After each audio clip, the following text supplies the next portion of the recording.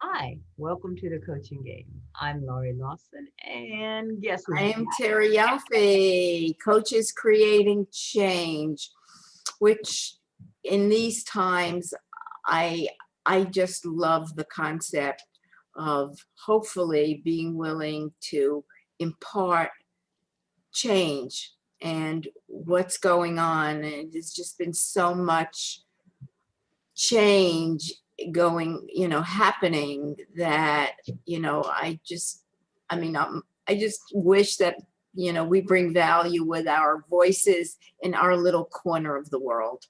I hope so. And I love the concept of creating change, and I also love the concept of coping with change because Lord knows we've had to do that for the last year and so Coping with change. coping with Yes, creating. We might have to change it now. We're not going to change our name to coaches coping with change, but I like to create it. I like to create it. it's about creativity. It's about understanding how to flow, how to shift gears and And stand in a different perspective.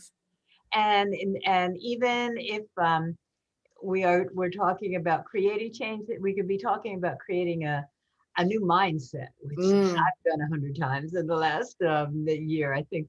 And that's what we thought we would do today. We thought we would take the second new ICF concept, which is creating a coaching mindset, and sort of dissect that and see what that means to both of us. So that's yeah, it's new and I kind of like it. It's a little broader than the other one. right. I kind of And it's embodying a coaching mindset. And I love how you segued right into it without missing a beat. thank you. Yes.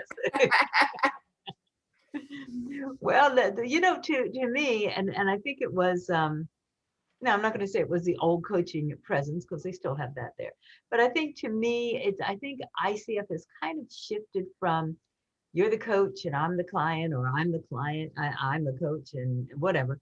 I no two separate roles. I think it's like it's a partnership, it's a dance, it's a team Absolutely. movement, and this sort of is, well, how do you get ready for that? How do you? Yeah, I think we're all so used to being okay. My job is, and my responsibilities are, and I should know everything, and I'm in charge. To sort of breaking that down a little and making it a little more flexible, I guess. What is your take on this new? Um, and it's embodies a coaching mindset. And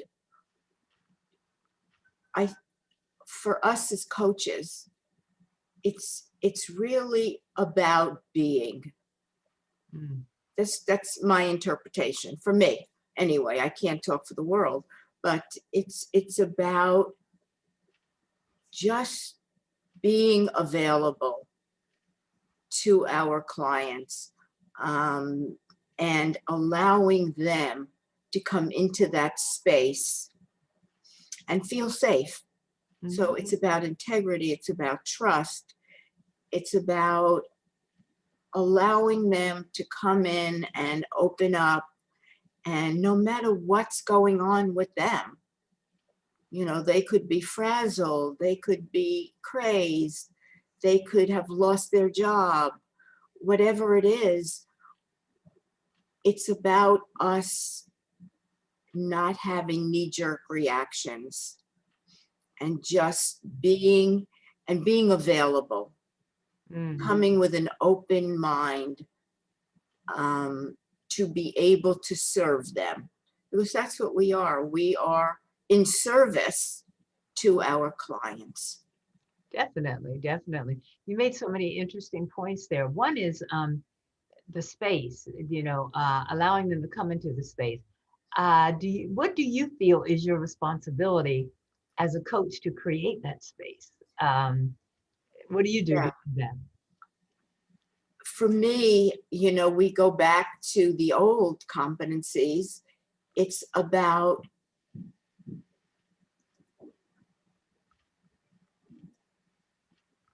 being open, um, having the ability to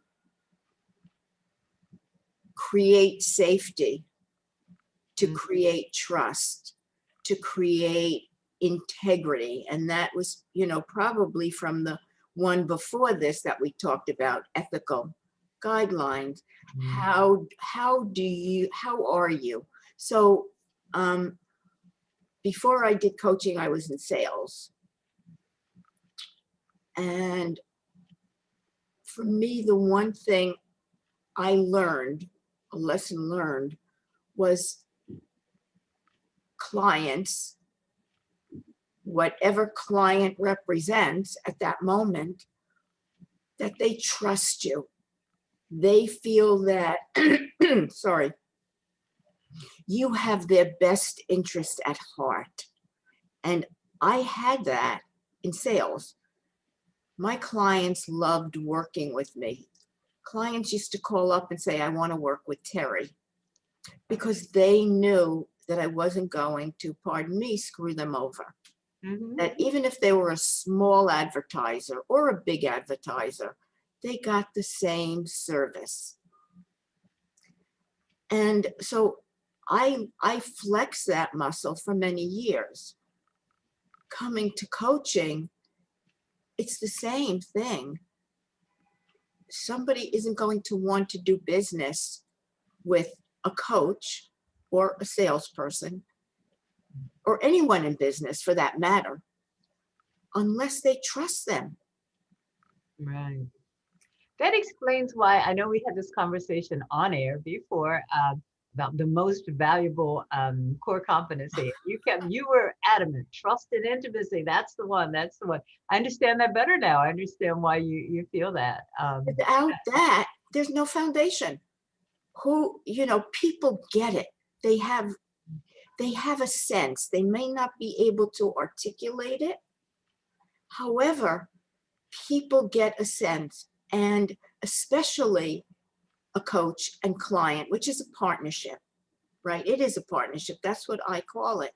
Mhm. Who's going to want to come into this space and open up their guts and pour out what's really going on if they don't trust the person, if the coach can't create?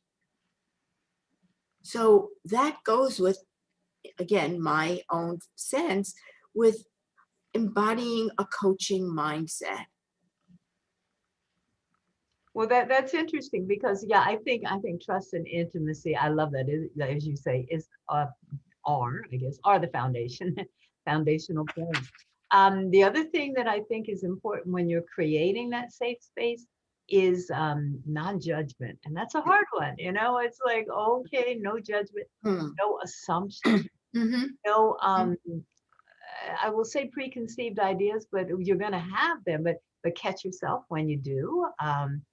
And no, I guess in just letting the person in, because it is hard to establish trust. And a lot of time coaches have 45 minutes to an hour to do that. And you don't want to spend the whole time doing that. But I think just validating and championing, it's like, okay, yeah, that's we understand what you're saying here.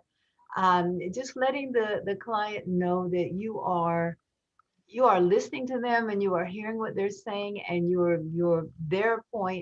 their viewpoint is the prominent one, not mine, even though it may be. Oh, Right. right. I know when we were doing the ethical thing, ethical core competency in the last show, it was like someone had in coach training, someone had said, I can't go along with his beliefs. And so Mhm. I discussed that. It's not about what you can go along with. It's about where are his beliefs taking him and where does he want to go? And so that's the hard one. But I think that's a part of creating that safe space that you were talking about. And that's our responsibility. So with a client, if I challenge them, I also want them to understand I'm not judging them. Right. I'm challenging them. Yeah. And I make very sure to let that be known, because there could be some sense that you're judging. You're not, you are being, again, judgmental, making an assumption um, about whatever they're saying and about them. And I think, again, it's up to the coach along the way to ensure the client in whatever you're doing with them, that you're challenging them so that they can grow and they can open up. Or maybe change their viewpoint of challenge. Right, Challenge is good. Challenge right. is a growth opportunity Well, as opposed right, to ex- accusation. Yeah. right. I think And that's why you coaches try not to start their questions with why, because that can uh, be right. deflecting. It's like, well, Oh, right. Oh, yeah. that is something I learned in a course I took a Mhm. few years ago. It was very clear. I mean, not that I ever really used why. And another thing I learned in communication is when somebody is talking and you're kind of paraphrasing, um, people have a tendency to say, well, I heard what you had to say, but The but, yeah. instead of and, Right. putting that and in between, because the minute you put in a but, it's like, I've disregarded what you've said. Now hear what I have to say. And it negates everything you just said. It's like, I Exactly. believe what you're saying, but, and it's like, really Mhm. don't if you have to add the but. So yeah, Exactly. that's a great tip. Use and instead of but. And And that establishes trust, which is so cool. I don't and know what we're going to talk about when we get to trust and oh, intimacy, but I don't come on, know. something. Um, I do know that what, and I said this last time, and I always want to reiterate it, is the core competencies are wonderful, and how do they apply to to a bigger picture, to the business world? Mhm. What would it look like if leaders understood and applied these core competencies to their everyday business life, leadership, management with others?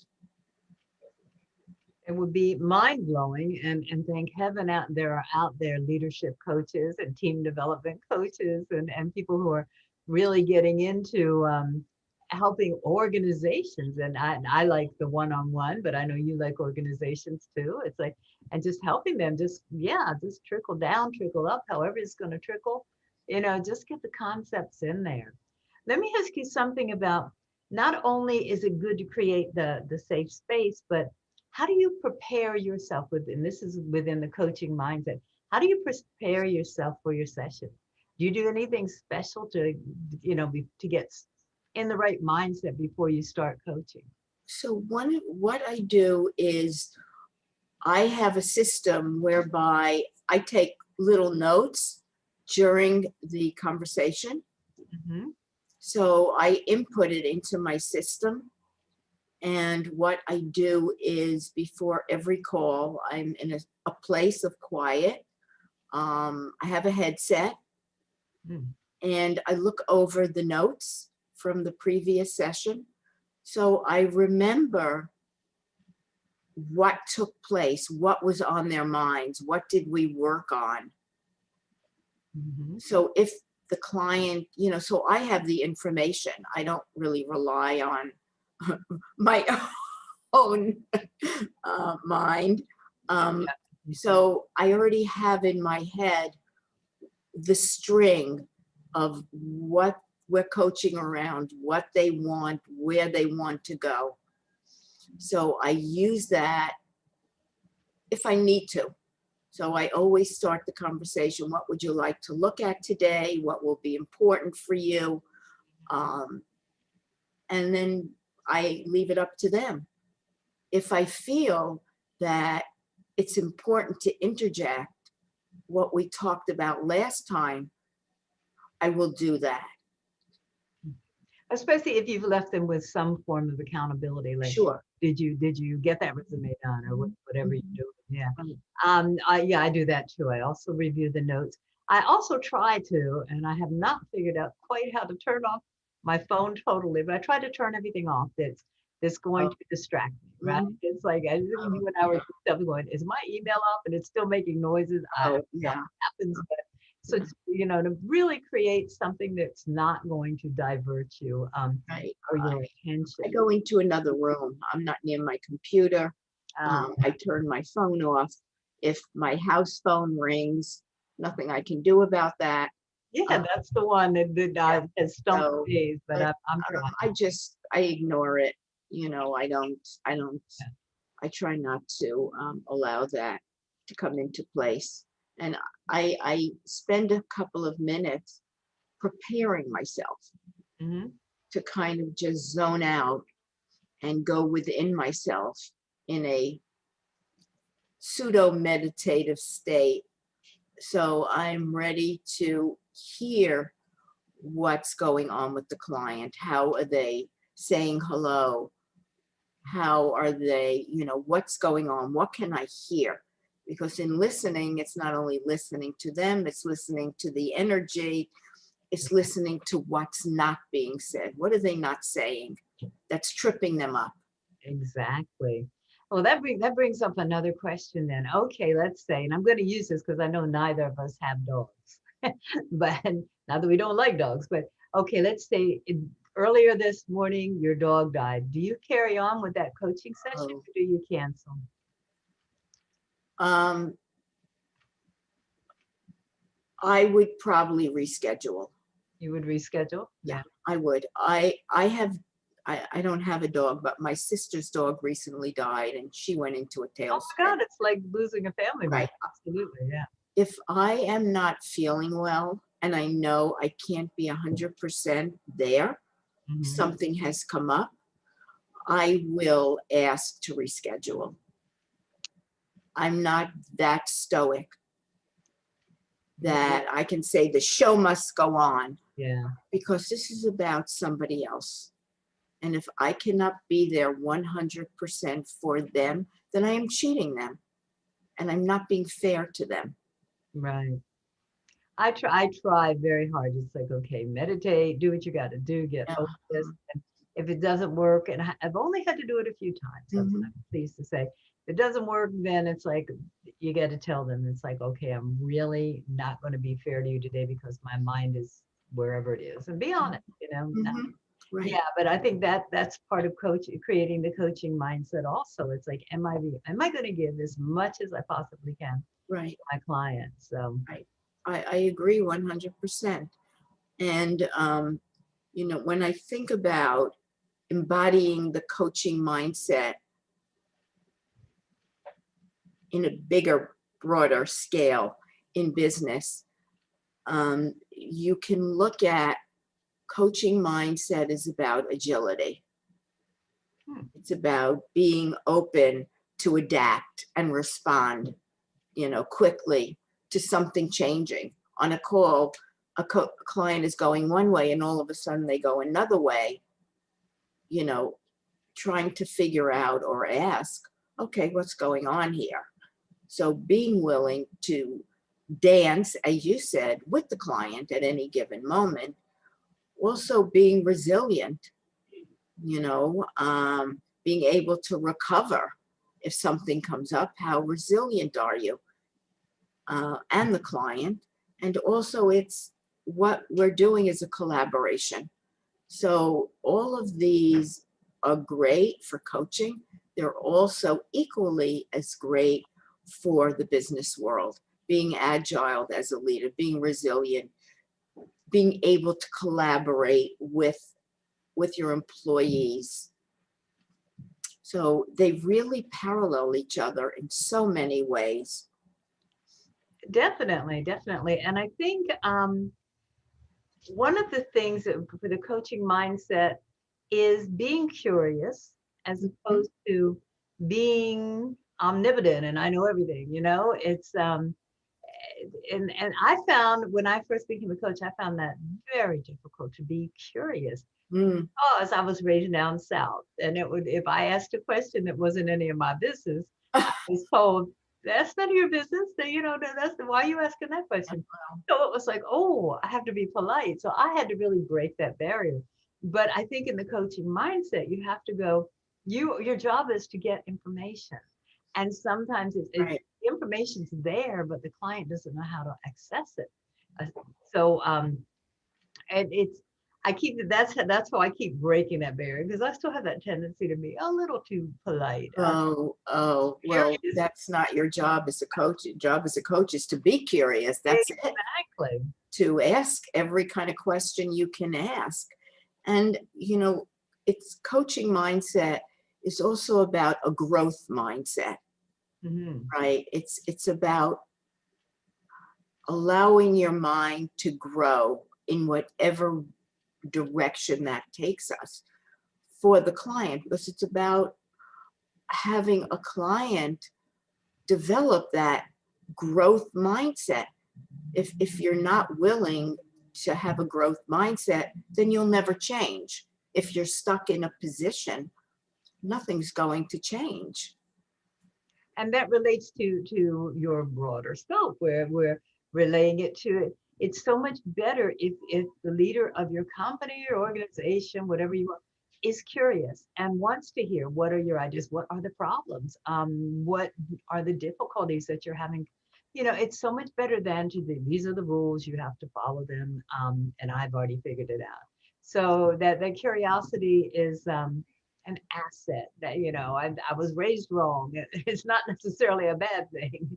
Nosiness is a bad thing, but curiosity is not a bad thing. So Well, it's a great thing, and it's great in every situation, because unless you're curious, you may be responding to someone or challenging someone or trying to negotiate with somebody, and you're barking up the wrong tree. yeah, exactly. So, you know, I I'm I think I'm sure, Detective Sherlock. I always try to figure out, how do I fix this? How do I get this accomplished um, in a way that is satisfying? Um, just I I have that mindset of always looking and thinking, and I ask too many questions in No, too you, many but places. it goes forever. It's like, okay. In too many places. Yeah, yeah. That's good. And what I also learned and I don't know where I picked this up, but what I also learned as a coach, if you don't know, if you have if your head is going, oh, should I do this? Should I do that? Sometimes it helps to ask the client. It's like, I just heard two things going on here. One is you want to lose weight, and the other is you want to be healthy. Which one do you really want to work on? Or Right. even at the point where I know when I'm doing mentoring, nobody really knows how to start the action plan. How do you get the action plan going? Ask the client, are you ready to make a plan or do we need to talk about something else? So and that curiosity, that partnering of curiosity, you don't have to know everything. What a relief that is. We don't have to know anything. Exactly. It's a good thing. We don't have to know anything. It's helping them, because if we know, then we're not having a open growth mindset. If we know, oh, I know where you're coming from, I know where you're going, this is the way we should go there. Well, you're not being a coach. You're just being egotistical, about knowing what's going on. Um, so it's always kind of scratching your head and thinking,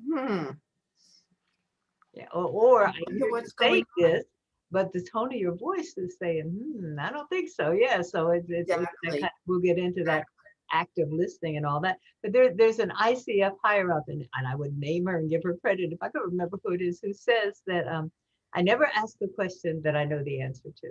And it's like, I think it's a bit presumptuous because how do you know the answer? But I get her point. It's like if you have a preconceived, if you're waiting, oh, I'm going to ask this and she's going to say that, and then I'm going to go here.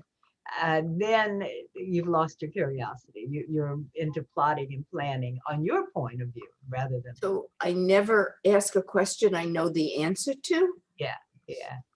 I think that might be a bit severe, but I got where she's coming from. It's like, okay, if I think I know the answer, then it's probably not a good idea to ask the question because I'm going to expect that answer.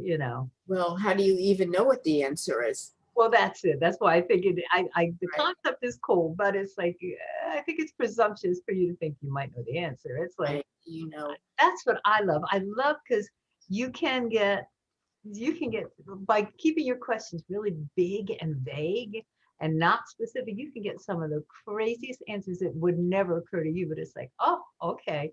Rather than narrow it down, I like to make big questions and let them fill in the spaces. That I find is helpful in getting what's a question that you would ask that you think is, that's big. Mhm. I think I would say, rather than say, okay, so what do you want to do? What do you want to do on a daily basis? As far as your weight goes, it would be like, okay, just what are you doing today to help? What are you doing today that's going to forward your cause? And just they will come, and it will be, I would think you'd say you want to exercise, you want to eat right, and she may say, I'm gonna go back to bed because that's what I'm feeling. And it's like, okay, then how does that help you? And then you can move on. Back to bed would not occur to me, but if that's going to be your health message, okay. Mm, well, then I'd be curious to know, that doesn't help anybody if you're going back to bed, Well, not now, not necessarily. unless, you know, Going to get up with a better mindset. right.